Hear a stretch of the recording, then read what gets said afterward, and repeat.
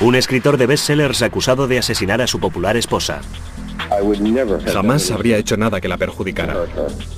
Creo que Michael Peterson es un maestro en hacer ver a la gente lo que él quiere que vean. ¿Fue un accidente o juego sucio? ¿Cómo pasamos de alma gemela y amante a despiadado asesino? ¿Podía el héroe local ser un asesino? Hoy aquí sentada no tengo ni idea de quién es Michael Peterson. En absoluto. Un hombre que lo tenía todo. Pero, ¿mataría para conservarlo? Descúbranlo esta noche en Poder, Privilegio y Justicia.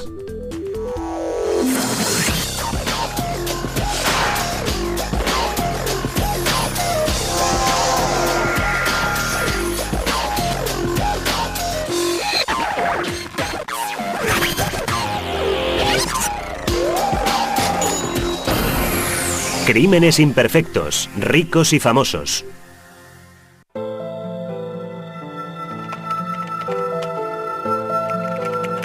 Se ha escrito un crimen.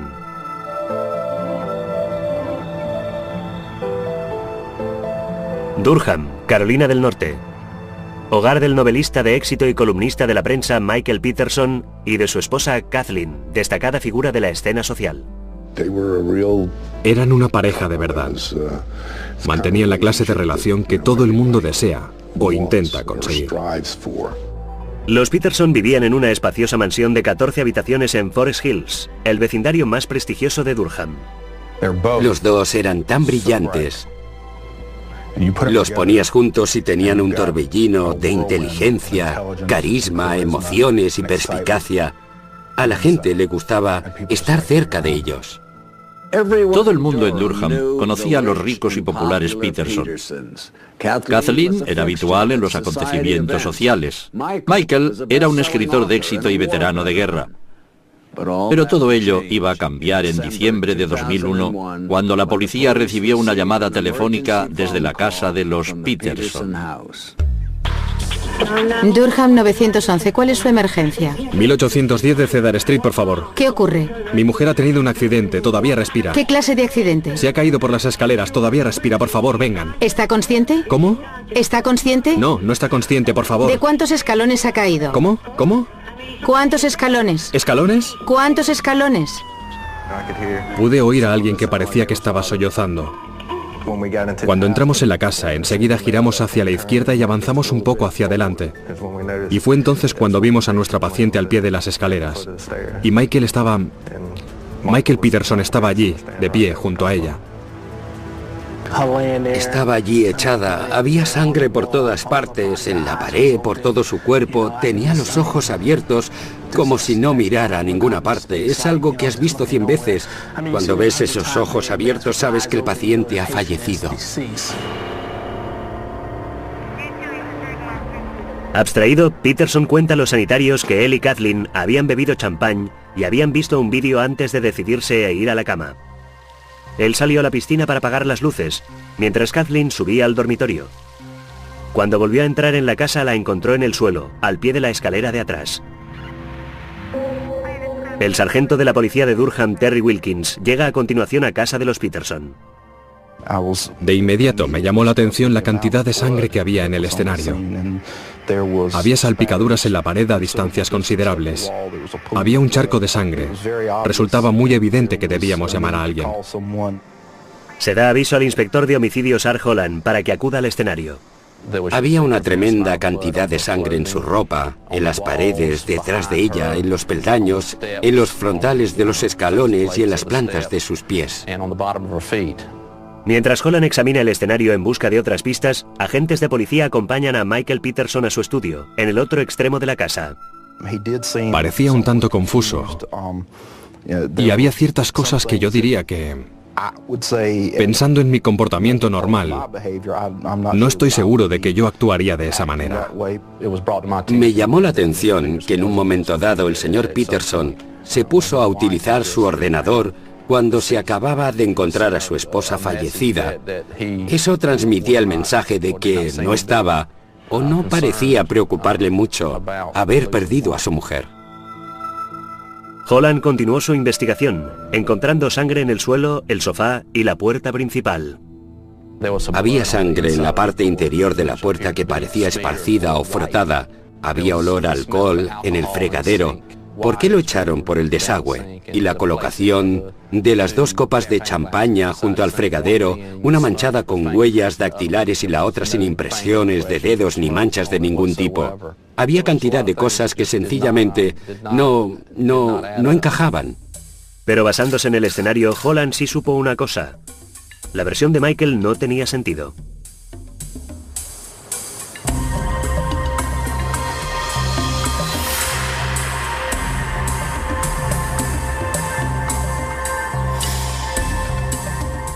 Es la clase de titular que te corta la respiración, porque se trata de Forest Hills, porque se trata de la esposa de Michael Peterson, porque es Kathleen Peterson, merecedora del máximo respeto, porque parecía sospechoso, porque era sangriento. Estaba absolutamente abstraído. Eran de verdad una pareja muy unida. Había perdido a su mejor amiga, su compañera y todo lo demás. Estaba totalmente aturdido. En los días que siguieron a la muerte de Kathleen, Michael no llamó la atención. Pero al no tener respuestas, la familia de Kathleen enseguida empezó a sospechar. Cuando por fin veo a Michael, me pide que me ocupe de organizar el funeral, pero no quiere hablar conmigo sobre lo que le ha sucedido a Kathleen. No quiere hablar con mi hermana Lori sobre lo que le ha sucedido a Kathleen, pero en cambio habla con su hermano Bill y habla con un abogado. Rige perfectamente bien. Los investigadores se enteran de que el hijo de Michael, en un aparente esfuerzo por explicar la caída, está contando a la gente que Kathleen estaba borracha la noche de su muerte. Los vecinos y amigos sabían que disfrutaba, daba fiestas, le gustaba organizar reuniones, que bebía pero socialmente. Se exageró al decir que aquella noche había bebido mucho. Holland descubre que a las 11 de la noche de su muerte, Kathleen abrió un email y llamó a un compañero de trabajo del estudio de Michael. El compañero confirma que Kathleen no parecía mermada ni preocupada cuando hablaron. Después, cuando llegaron los resultados del análisis de sangre de Kathleen, se confirmaron más incongruencias. Eran normales. No estaba borracha, no estaba en absoluto borracha. Entonces, ¿por qué Todd se pasó todo ese tiempo contándonos a mi hermana Lori y a mí lo borracha que estaba Kathleen? Cuando el examinador médico informa de sus hallazgos preliminares, Holland se da cuenta de que su instinto no le ha fallado. Lo que descubrió fue que no se había caído por las escaleras, que las laceraciones no se correspondían con una caída. Empezamos a centrarnos en lo que había sucedido en casa de los Peterson aquella noche. Las sorpresas apenas acababan de empezar. Cuando los investigadores empezaron a examinar más atentamente a Michael Peterson, descubrieron secretos de su pasado que dejaron pasmado a todo aquel de Durham que creía conocerle. Cuando la esposa del escritor Michael Peterson, Kathleen, fue hallada muerta al pie de las escaleras de su elegante mansión, todo Durham, en Carolina del Norte, se quedó pasmado. Michael contó a la policía que había sido una caída accidental, pero el investigador jefe Art Holland tenía sus dudas.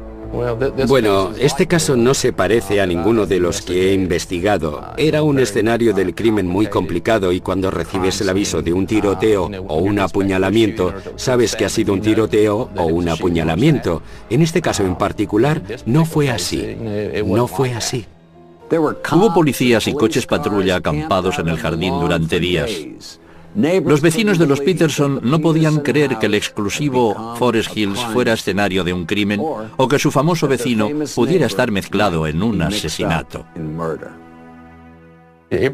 Todo el mundo estaba que no se lo creía. No sabían que hubiera sido Mike.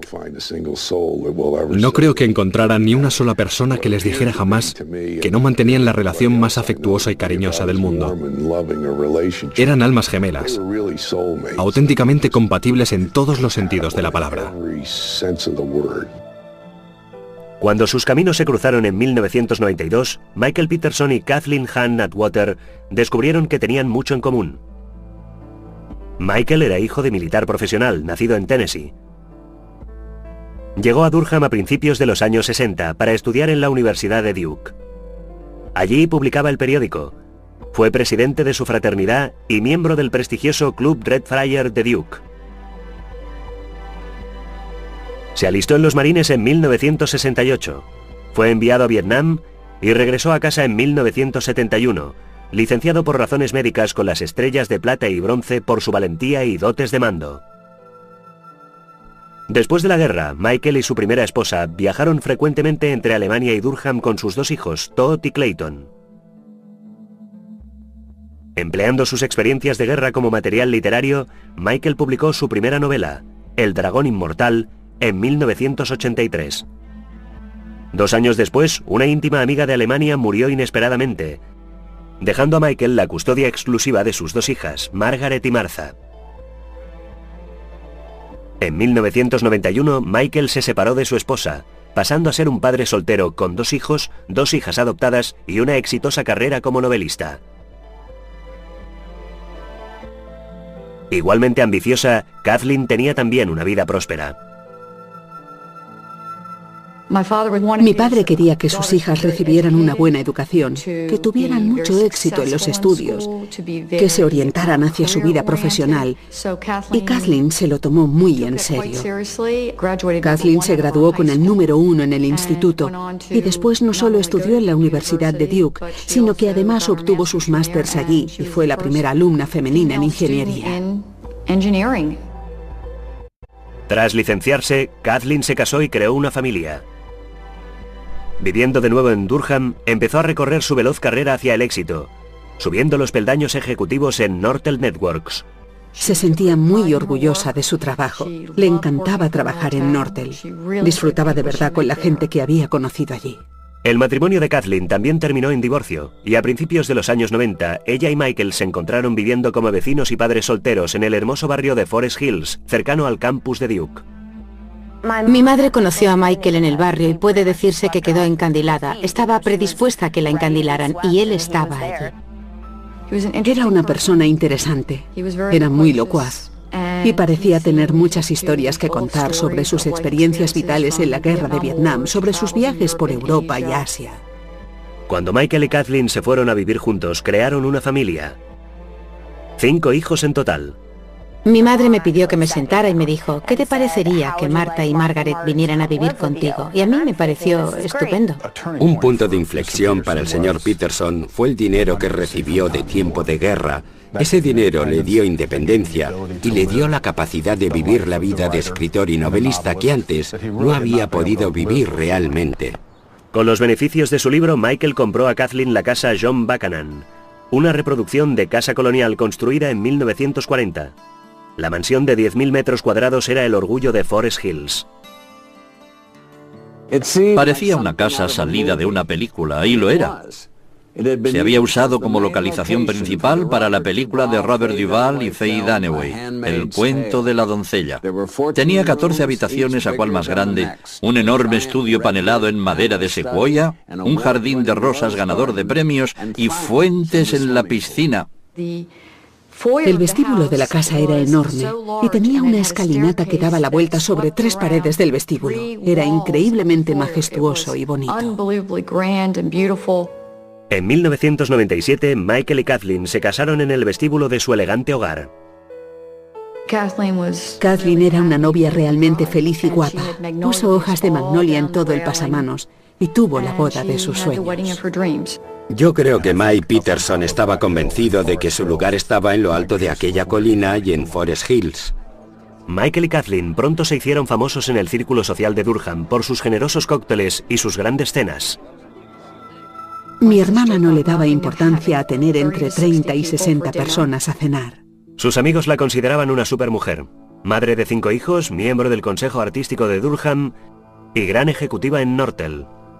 Esa mujer podía lograr que la casa estuviera perfecta, llegar hasta los niveles más altos dentro de una empresa muy competitiva, ser una madre maravillosa y desenvolverse bien en las artes y la cocina, además de organizar fiestas. ¿Cuántas personas conocemos que sean capaces de hacer todo esto? Michael era igual de ambicioso. Empezó escribiendo una columna para el periódico Herald Sun, promoviendo una cruzada contra la corrupción local y los fallos policiales. Nadie que ocupara una posición de poder era amigo de Michael Peterson. Se ganó la antipatía de mucha gente, porque es muy porfiado a la hora de atacar al orden establecido. Animado por su creciente popularidad y su reputación de hombre del pueblo, Michael se presentó para alcalde en 1999. Lo que creo que debemos hacer es volver a nuestro centro. Pero su ambición le situó en el centro del escándalo. Básicamente, el señor Peterson estuvo cojeando durante 30 años como resultado, según él, de una herida de guerra, y no era así. Resultó que Peterson no se había herido la pierna en combate. La suya fue una herida decididamente menos heroica causada por un accidente de tráfico siendo escolta de seguridad. Cuando uno se halla en el centro de atención política, las mentiras pueden salir caras, y esta le costaría a Michael la candidatura y la reputación. Varios de los amigos más íntimos de mi madre apoyaban también a Michael y desgraciadamente cuando la historia salió a la luz pensaron que les había mentido descaradamente, que les había traicionado. Y esa fue realmente la primera vez en la que vi a mi madre ejercer solo una especie de sumisión ante Michael. Era como decir, es mi marido y yo le apoyo. Fue una terrible caída en desgracia, una caída en desgracia de las más duras que se pueden tener como persona. Me refiero a que creo que él era un hombre nacido con un tremendo talento, y miren lo que pasó. La derrota en su candidatura a alcalde fue solo el comienzo de toda una serie de fracasos para Michael. 2 años después se presentó al Consejo Municipal y tuvo que afrontar otra derrota. Después la suerte de Kathleen empezó también a agotarse. Me di cuenta de que su vida empezaba a cambiar, al igual que las vidas de otras muchas personas, cuando las acciones de alta tecnología empezaron a bajar. A veces había tenido acciones por valor de varios millones de dólares, acciones y opciones de compra, y el precio de las acciones empezó a bajar drásticamente. Las acciones de Nortel eran un plan de jubilación. En un momento dado hizo planes de trasladarse a París y tener una segunda casa allí. La vida perfecta de los Peterson empezaba a desenmarañarse, en el trabajo y en casa. La casa siempre necesitaba muchas reformas. Cualquier cosa que se hiciera para repararla nunca costaba un par de cientos de dólares, sino que eran miles o decenas de miles de dólares el coste de la reparación. Ella hablaba constantemente del trabajo. Recuerdo que había veces que me llamaba llorando histéricamente y creo que eso realmente hacía mella en mi madre. Era evidente que padecían un importante conflicto de liquidez. Tenían una deuda en sus tarjetas de crédito por un valor de $143.000, lo que para la mayoría de la gente es muchísimo. Estaba claro que los Peterson tenían dificultades económicas. La casa, las acciones, las facturas. Pero no crean que Michael no estaba al tanto de lo que quedaba. 1,8 millones de dólares, el valor del seguro de vida de Kathleen. Se iban acumulando pruebas de la implicación del popular novelista Michael Peterson en la muerte de su esposa, pero muchos amigos continuaban creyendo que era inocente. Creo que la gente que le conocía no podía creerlo, y le apoyaban, pensando que era un tema político, que se habían propuesto ir a por él. Y la gente que no le conocía daba por hecho que era culpable.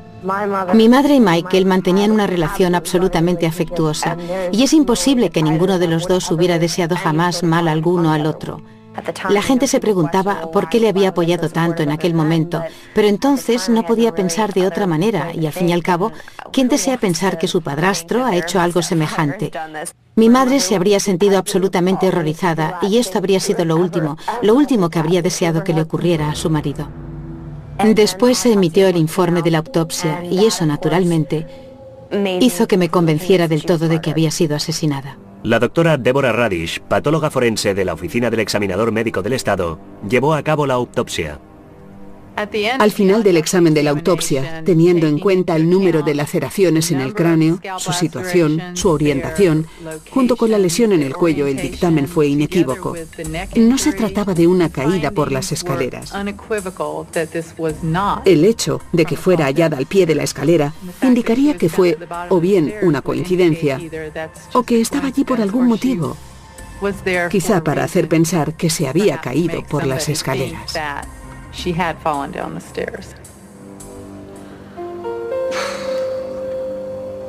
Las fotos rebasaban los límites.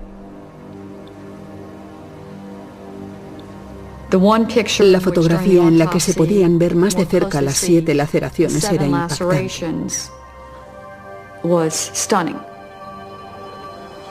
Con eso bastó. Aquel fue el momento definitivo. Aquel hombre que había golpeado a mi hermana hasta matarla no iba a salir impune. El 20 de diciembre de 2001, Michael Peterson fue acusado del asesinato de su esposa Kathleen. Él mismo se entregó en la cárcel del condado de Durham y después, flanqueado por sus 2 hijos, sus 2 hijas y su hermano Bill, Michael habló públicamente por primera vez. Kathleen era mi vida. He susurrado su nombre en mi corazón 1 millar de veces. Ella está ahí, pero no puedo dejar de llorar. Jamás habría hecho nada que la perjudicara. Soy inocente de esos cargos y lo demostraremos en el tribunal. Michael pasó casi 1 mes en la cárcel antes de que un juez le permitiera depositar una fianza. Regresó a casa para esperar el día del juicio. La gente se pregunta cómo puedo salir, pero yo no he hecho nada. Soy totalmente inocente de esos cargos. Recuerden, Michael Peterson había hecho una segunda carrera profesional como columnista y mucha gente creía que estaba pagando el precio de haber acusado a las fuerzas vivas locales. Pero el inspector Holland estaba a punto de descubrir un capítulo del pasado de Michael que lanzaría ondas de choque que sacudirían Durham. Recibí un mensaje telefónico para que llamara a una señora llamada Margaret Blair de Rhode Island con respecto al caso Peterson. Cuando la llamé, me reveló que tenía una hermana llamada Elizabeth Radcliffe que había muerto en 1985 cuando vivía en Alemania, que la señora Radcliffe fue hallada muerta al pie de las escaleras de su casa y que Michael fue la última persona que vio a Elizabeth con vida. La autopsia había determinado que Elizabeth Radcliffe murió de una hemorragia cerebral y se dictaminó que la muerte había sido accidental. Después de la manifiesta tragedia, Michael adoptó a las 2 hijas de Elizabeth. Michael me contó que Elizabeth había muerto al poco tiempo de morir su marido. Me dijo que tenía un tumor cerebral. Michael jamás me contó que la habían encontrado al pie de las escaleras de su casa. La impresión fue tremenda. El caso Radcliffe, otra muerte, una posible pauta. En abril de 2003, varios fiscales van a Texas para exhumar el cuerpo. Nos pareció también muy raro que 2 personas que habían estado tan próximas a él pudieran haber muerto de forma tan similar. Era un gran riesgo para la acusación exhumar un cuerpo sin saber si existiría alguna evidencia de asesinato o de posible asesinato, y la había. Lo que encontramos en este caso de nuevo fueron múltiples laceraciones en el cráneo. De hecho, en esta ocasión había 7 laceraciones. Las similitudes eran inquietantemente extraordinarias.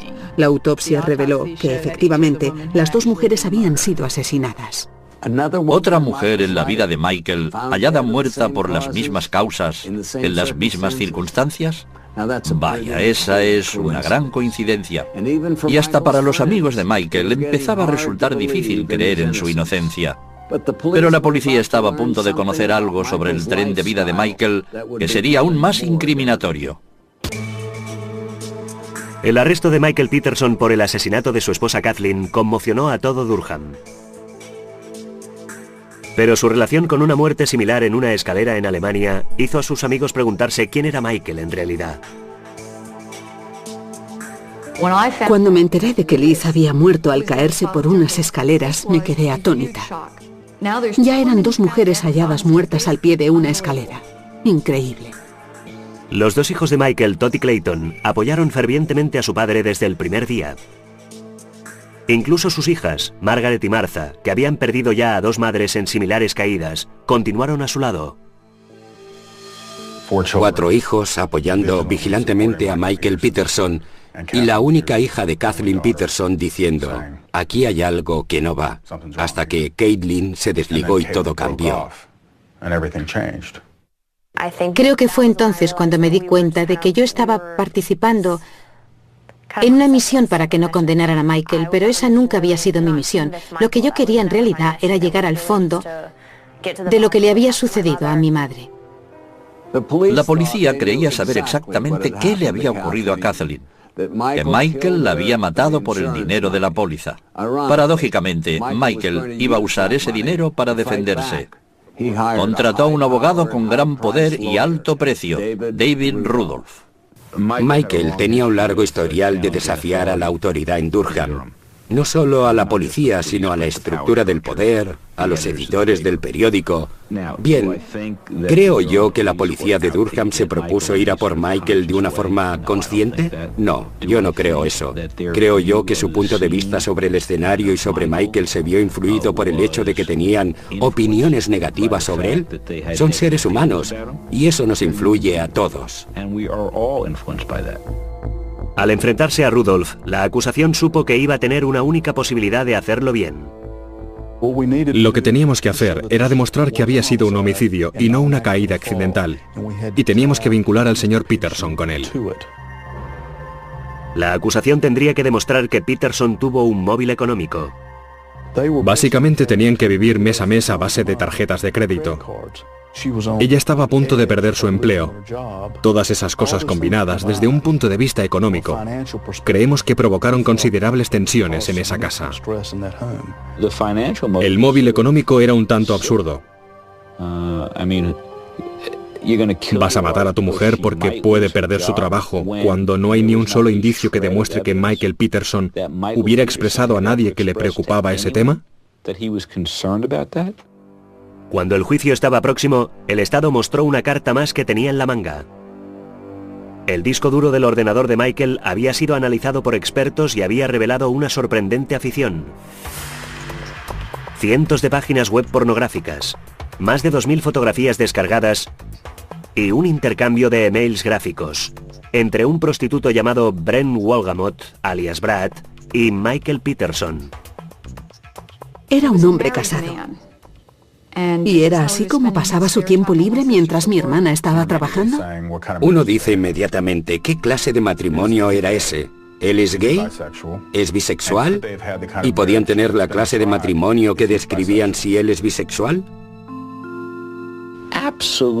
Nada en absoluto indicaba que Michael Peterson estuviera manteniendo ningún tipo de relación fuera de su matrimonio.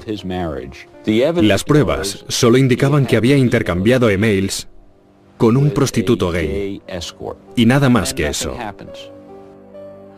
El Estado parecía tener un caso sólido contra Michael Peterson. Un irrecusable informe de autopsia, la misteriosa muerte de Elizabeth Radcliffe y los emails que envió a Brad. Pero, ¿dónde estaba el arma homicida? Una pregunta sin respuesta es lo único que necesita un abogado defensor inteligente. Y así empezó el juicio.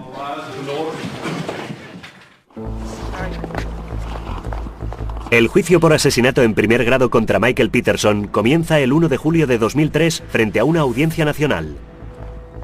Evidentemente, Michael estaba nervioso. Cualquiera en su situación lo habría estado. Y para la familia de Kathleen, que se haga justicia es algo agridulce. Estaba allí sentada, a pocos metros de ese hombre, y lo más difícil de todo era mirarle las manos y darme cuenta de lo que esas manos le habían hecho a mi hermana y no poder hacer nada al respecto. Todo el dramatismo y las revelaciones del último año se reducirían a una sola decisión. ¿Fue un terrible accidente o fue un asesinato? En lo que solo es el comienzo de una prolongada confrontación, el fiscal Jim Hardin y el abogado defensor David Rudolph presentan versiones encontradas de lo que fue el matrimonio de los Peterson. A medida que este caso se vaya desvelando, verán la magnificencia de la mansión de 10.000 metros cuadrados. Verán la apariencia de un matrimonio de cuento de hadas. Si la acusación está en lo cierto, ¿cómo pasamos de alma gemela y amante a despiadado asesino? ¿Cómo ocurre eso? La respuesta es bien sencilla. No ocurre. La prueba más contundente de la inocencia de Michael es la llamada que hizo a los servicios de emergencia la noche en que murió Kathleen. No es la clase de llamada que cabría esperar de alguien que acaba de asesinar a su esposa. Por favor, envíen una ambulancia enseguida. Sí, vamos a enviarle una ambulancia, pero tenemos que hacerle unas preguntas. No, es en Forest Hill, ¿de acuerdo? Por favor, por favor. Señor, ¿hay alguien más? Vamos a enviar una ambulancia. Dígame, ¿está despierta ahora? Oiga. Oiga. La defensa describió una imagen de viudo desconsolado, haciendo hincapié en que nadie había presenciado de hecho la discusión de los Peterson. Pero la acusación contraatacó diciendo que para Michael el amor no podía equipararse al dinero. Como he dicho, esta es una cantidad aproximada de deuda contraída con la tarjeta de crédito, cerca de la fecha de la muerte de Kathleen Peterson. La suma es de $142.728. El Estado alega que la vía de escape de Michael fue a través de los beneficios tan arduamente ganados por Kathleen y su seguro de vida. ¿Cuál era la cantidad disponible para Michael Peterson? $1.834.166. La codicia de Michael, argumentaron, le hizo perder el control aquella noche. Y la sangre en las paredes fue el eco de esa ira. Observamos de nuevo lo que parecían ser grandes cantidades de sangre, en el suelo, en la víctima, en sus manos, sus pies, su ropa, las paredes. Había sangre. Estaba debajo de la fotografía y en el hueco de la escalera. La fotografía estaba colgada a bastante altura y había manchas de sangre sobre esa fotografía. Es algo que me pareció poco común. En mi opinión, la causa de la muerte en este caso fue traumatismo craneal causado por objeto contundente. ¿Pudo usted determinar cuál fue, a su entender, la manera en que murió? A mi entender, la manera en que murió fue homicidio. El experto en salpicaduras de sangre, Dwayne Deaver, testifica que no solo se propinó una paliza, sino que alguien había intentado ocultarla. En otras palabras, algo entró en contacto con las paredes empapado en sangre, dejó manchas aquí y después se produjo otro impacto, creando otra mancha que se solapa en la parte superior de esta. Después, la escalofriante conexión. A través de recreaciones gráficas, Deaver explica que las manchas pequeñas de salpicadura en los shorts de Michael solo podían haberse producido si él hubiera estado de pie, inclinado sobre Kathleen cuando era golpeada. Las manchas en estos pantalones se corresponden con salpicadura de impacto como resultado de un impacto enérgico y que el individuo que llevaba estos pantalones en el momento de dicho impacto se hallaba en estrecha proximidad con la fuente de la sangre cuando ésta recibió el impacto.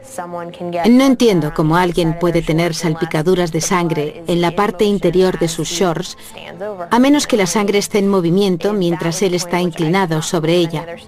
Para mí, esa fue la prueba de que él había sido quien había cometido el crimen. Después, expertos en informática hablaron al jurado de las explícitas páginas web y fotos pornográficas encontradas en el ordenador de Michael. Pero nada podía preparar a la Sala 1 del tribunal para el próximo testigo del Estado. El hombre al que supuestamente Michael Peterson había propuesto sexo está ahora sentado frente a ellos. ¿Qué clase de servicios proporciona? Son bastante variados. Básicamente es compañía para otros varones, mayores de edad. De acuerdo. ¿Y eso implica actividades sexuales? A veces sí. Está bien. ¿Qué tipo de actividades sexuales, señor? Prácticamente todo lo que se pueda imaginar. Cuando el señor Wolgamott dice, hago de todo por dinero, todos miran al señor Peterson y se dicen de nuevo, ¿quién es ese hombre? Pero la imagen de Michael Peterson está a punto de empeorar.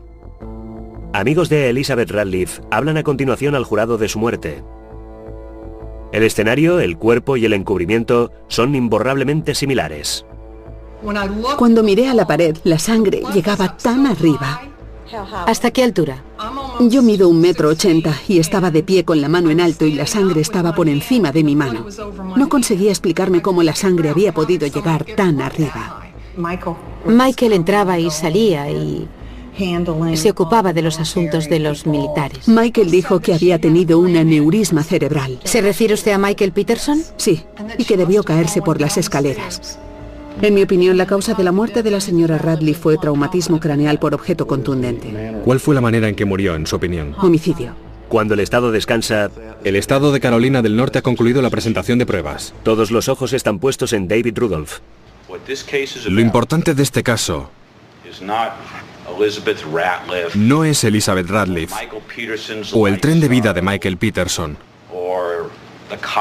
o las columnas que escribía, sino lo que sucedió en esa escalera a primeras horas de la mañana del 9 de diciembre de 2001. Por favor, muéstrenme cómo ha podido ser un accidente. Quizá Michael Peterson no vuelva a caerme bien nunca, y yo a él tampoco, pero de lo que sí estoy segura es de que no quería un crimen en mi familia. La defensa utiliza después animación por ordenador para mostrar al jurado cómo se pudo haber producido la caída. Y sostiene que Kathleen, con las facultades mermadas, cayó no una vez, sino varias. No puedo decirles que fue así como cayó exactamente, porque las caídas pueden producirse de 1.000.000 de maneras distintas, con 1.000.000 de variaciones distintas. Pero lo que sí puedo decirles es lo que dirán nuestros expertos, que las lesiones en el cuerpo de Kathleen Peterson, no solo las laceraciones, sino los hematomas, todos pueden atribuirse a este tipo de caída. Para refutar las pruebas más convincentes de la culpabilidad de Michael Peterson, las salpicaduras de sangre, Rudolph llama a un renombrado experto en escenarios de crímenes, el Dr. Henry Lee. En su opinión, las pruebas de las manchas de sangre de la casa de los Peterson y la ropa, consideradas en conjunto, ¿se corresponden con una muerte a golpes? No se corresponde. La salpicadura de sangre toma distintas direcciones y hay demasiada salpicadura de sangre. La cantidad total de salpicadura la calculamos en aproximadamente unas 10.000 gotas distintas de sangre o más, mientras que en el caso de una paliza no es así. Vi al doctor Henry Lee testificar en el juicio de William Kennedy Smith y en el juicio de O.J. Simpson. Puede llegar a ser muy vistoso, pero en este caso resultó ser más vistoso de lo que la defensa deseaba.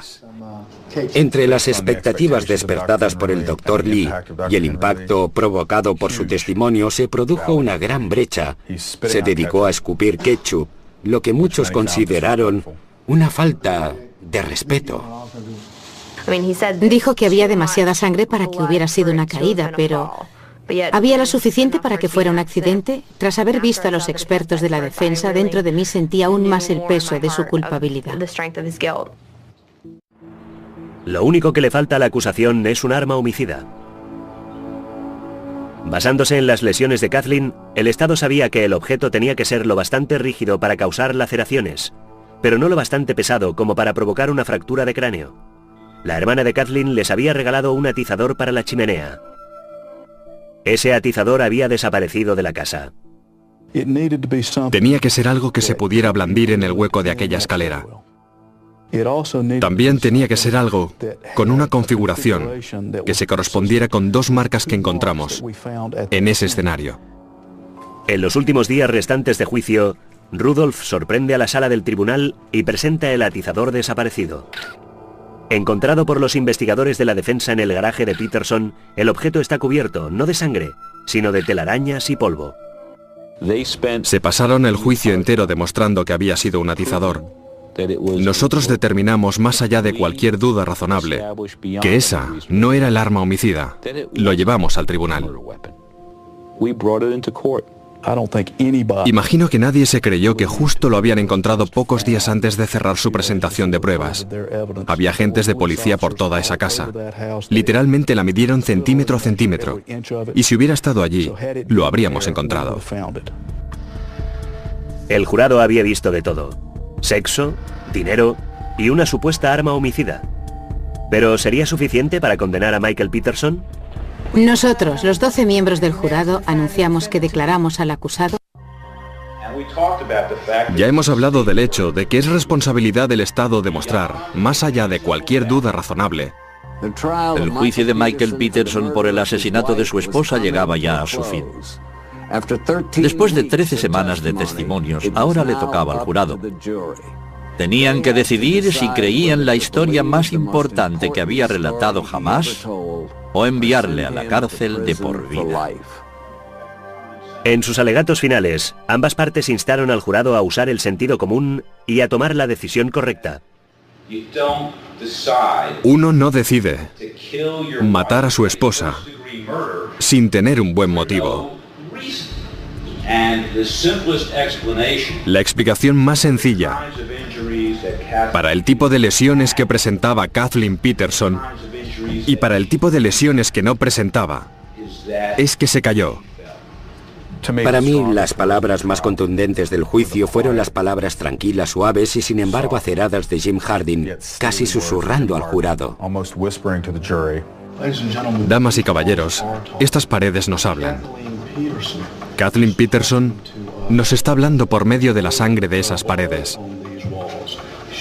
Nos está pidiendo a gritos verdad y justicia.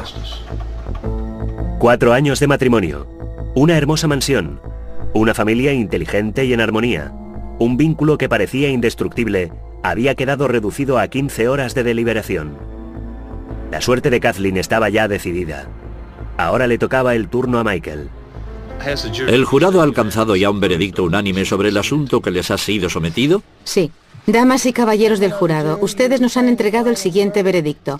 Estado de Carolina del Norte contra Michael Iver Peterson. Nosotros, los 12 miembros del jurado, anunciamos que declaramos al acusado culpable del cargo de asesinato en primer grado en el 10º día de octubre de 2003. Parecía surrealista el veredicto. El veredicto de culpabilidad, su primera falta de reacción, su ausencia inicial de reacción. No sé si estaba tan sorprendido.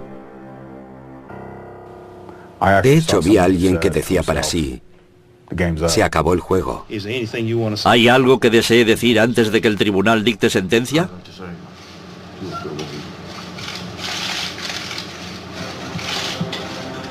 El acusado va a ser encarcelado en una institución penitenciaria del estado de Carolina del Norte el resto de su vida natural sin posibilidad de libertad condicional.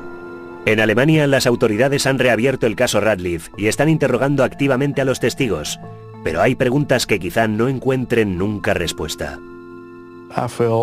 Sentí un tremendo alivio por la familia de Kathleen, porque sabía que con ese veredicto al menos podría cerrarse este capítulo del libro.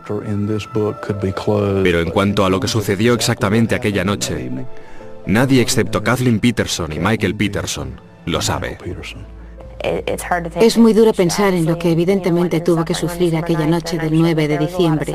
Y estoy segura de que tuvo que haber muchísimo sufrimiento antes de aquello. Lamentablemente yo no sabía nada de eso. Creo que es muy bonito recordarla solo como una persona muy cariñosa y generosa, y sinceramente no creo que tuviera nada que lamentar, excepto que le habría gustado poder vivir 100 años más. Michael Peterson pudo haber sido una celebridad en un momento dado, pero sus compañeros reclusos no hacían cola precisamente para que les autografiara sus libros. De hecho, a los pocos días de iniciar su cadena perpetua, recibió una paliza en una pelea en la cárcel. Un escaso consuelo para la familia de Kathleen, que intenta acostumbrarse a vivir sin ella. Dominic Dunne, para la televisión judicial.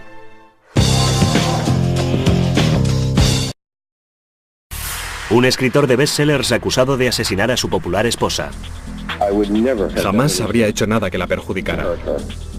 Creo que Michael Peterson es un maestro en hacer ver a la gente lo que él quiere que vean. ¿Fue un accidente o juego sucio? ¿Cómo pasamos de alma gemela y amante a despiadado asesino? ¿Podía el héroe local ser un asesino? Hoy aquí sentada no tengo ni idea de quién es Michael Peterson. En absoluto. Un hombre que lo tenía todo. Pero, ¿mataría para conservarlo? Descúbranlo esta noche en Poder, Privilegio y Justicia.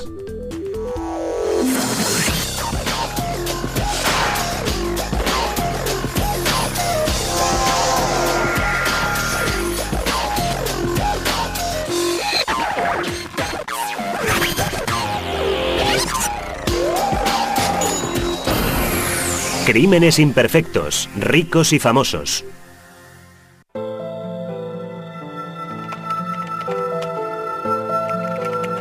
Se ha escrito un crimen.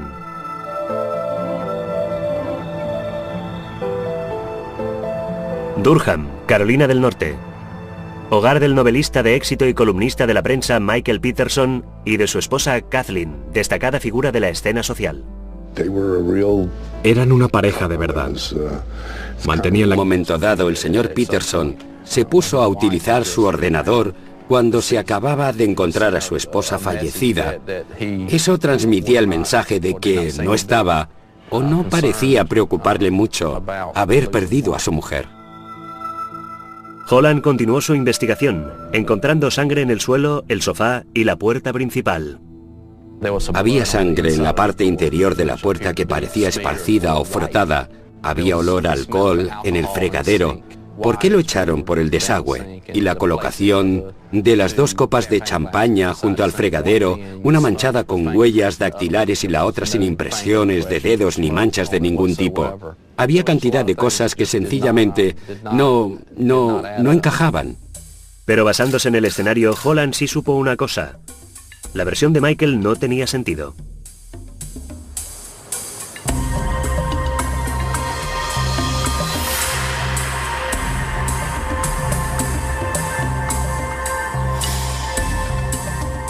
Es la clase de titular que te corta la respiración, porque se trata de Forest Hills, porque se trata de la esposa de Michael Peterson, porque es Kathleen Peterson, merecedora del máximo respeto, porque parecía sospechoso, porque era sangriento. Estaba absolutamente abstraído. Eran de verdad una pareja muy unida.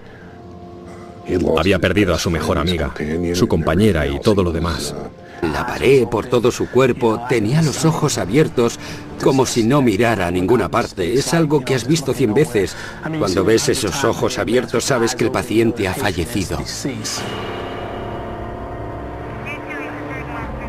Abstraído, Peterson cuenta a los sanitarios que él y Kathleen habían bebido champán y habían visto un vídeo antes de decidirse a ir a la cama. Él salió a la piscina para apagar las luces, mientras Kathleen subía al dormitorio. Cuando volvió a entrar en la casa la encontró en el suelo, al pie de la escalera de atrás. El sargento de la policía de Durham, Terry Wilkins, llega a continuación a casa de los Peterson. De inmediato me llamó la atención la cantidad de sangre que había en el escenario. Había salpicaduras en la pared a distancias considerables. Había un charco de sangre. Resultaba muy evidente que debíamos llamar a alguien. Se da aviso al inspector de homicidios Art Holland para que acuda al escenario. Había una tremenda cantidad de sangre en su ropa, en las paredes, detrás de ella, en los peldaños, en los frontales de los escalones y en las plantas de sus pies. Mientras Holland examina el escenario en busca de otras pistas, agentes de policía acompañan a Michael Peterson a su estudio, en el otro extremo de la casa. Parecía un tanto confuso. Y había ciertas cosas que yo diría que... Pensando en mi comportamiento normal, no estoy seguro de que yo actuaría de esa manera. Me llamó la atención que Estaba totalmente aturdido. En los días que siguieron a la muerte de Kathleen, Michael no llamó la atención. Pero al no tener respuestas, la familia de Kathleen enseguida empezó a sospechar. Cuando por fin veo a Michael, me pide que me ocupe de organizar el funeral, pero no quiere hablar conmigo sobre lo que le ha sucedido a Kathleen. No quiere hablar con mi hermana Lori sobre lo que le ha sucedido a Kathleen, pero en cambio habla con su hermano Bill y habla con un abogado. Rige perfectamente bien. Los investigadores se enteran de que el hijo de Michael, en un aparente esfuerzo por explicar la caída, está contando a la gente que Kathleen estaba borracha la noche de su muerte. Los vecinos y amigos sabían que disfrutaba, daba fiestas, le gustaba organizar reuniones, que bebía pero socialmente. Se exageró al decir que aquella noche había bebido mucho. Holland descubre que a las 11 de la noche de su muerte, Kathleen abrió un email y llamó a un compañero de trabajo del estudio de Michael. El compañero confirma que Kathleen no parecía mermada ni preocupada cuando hablaron. Después, cuando llegaron los resultados del análisis de sangre de Kathleen, se confirmaron más incongruencias. Eran normales. No estaba borracha, no estaba en absoluto borracha. Entonces, ¿por qué Todd se pasó todo ese tiempo contándonos a mi hermana Lori y a mí lo borracha que estaba Kathleen? Cuando el examinador médico informa de sus hallazgos preliminares, Holland se da cuenta de que su instinto no le ha fallado. Lo que descubrió fue la clase de relación que todo el mundo desea o intenta conseguir. Los Peterson vivían en una espaciosa mansión de 14 habitaciones en Forest Hills, el vecindario más prestigioso de Durham. Los dos eran tan brillantes. Los ponías juntos y tenían un torbellino de inteligencia, carisma, emociones y perspicacia. A la gente le gustaba estar cerca de ellos. Todo el mundo en Durham conocía a los ricos y populares Peterson. Kathleen era habitual en los acontecimientos sociales. Michael era un escritor de éxito y veterano de guerra. Pero todo ello iba a cambiar en diciembre de 2001, cuando la policía recibió una llamada telefónica desde la casa de los Peterson. Durham 911, ¿cuál es su emergencia? 1810 de Cedar Street, por favor. ¿Qué ocurre? Mi mujer ha tenido un accidente, todavía respira. ¿Qué clase de accidente? Se ha caído por las escaleras, todavía respira, por favor, vengan. ¿Está consciente? ¿Cómo? ¿Está consciente? No, no está consciente, por favor. ¿De cuántos escalones ha caído? ¿Cómo? ¿Cómo? ¿Cuántos escalones? ¿Escalones? ¿Cuántos escalones? Pude oír a alguien que parecía que estaba sollozando. Cuando entramos en la casa, enseguida giramos hacia la izquierda y avanzamos un poco hacia adelante. Y fue entonces cuando vimos a nuestra paciente al pie de las escaleras. Y Michael Peterson estaba allí, de pie, junto a ella. Estaba allí echada, había sangre por todas partes.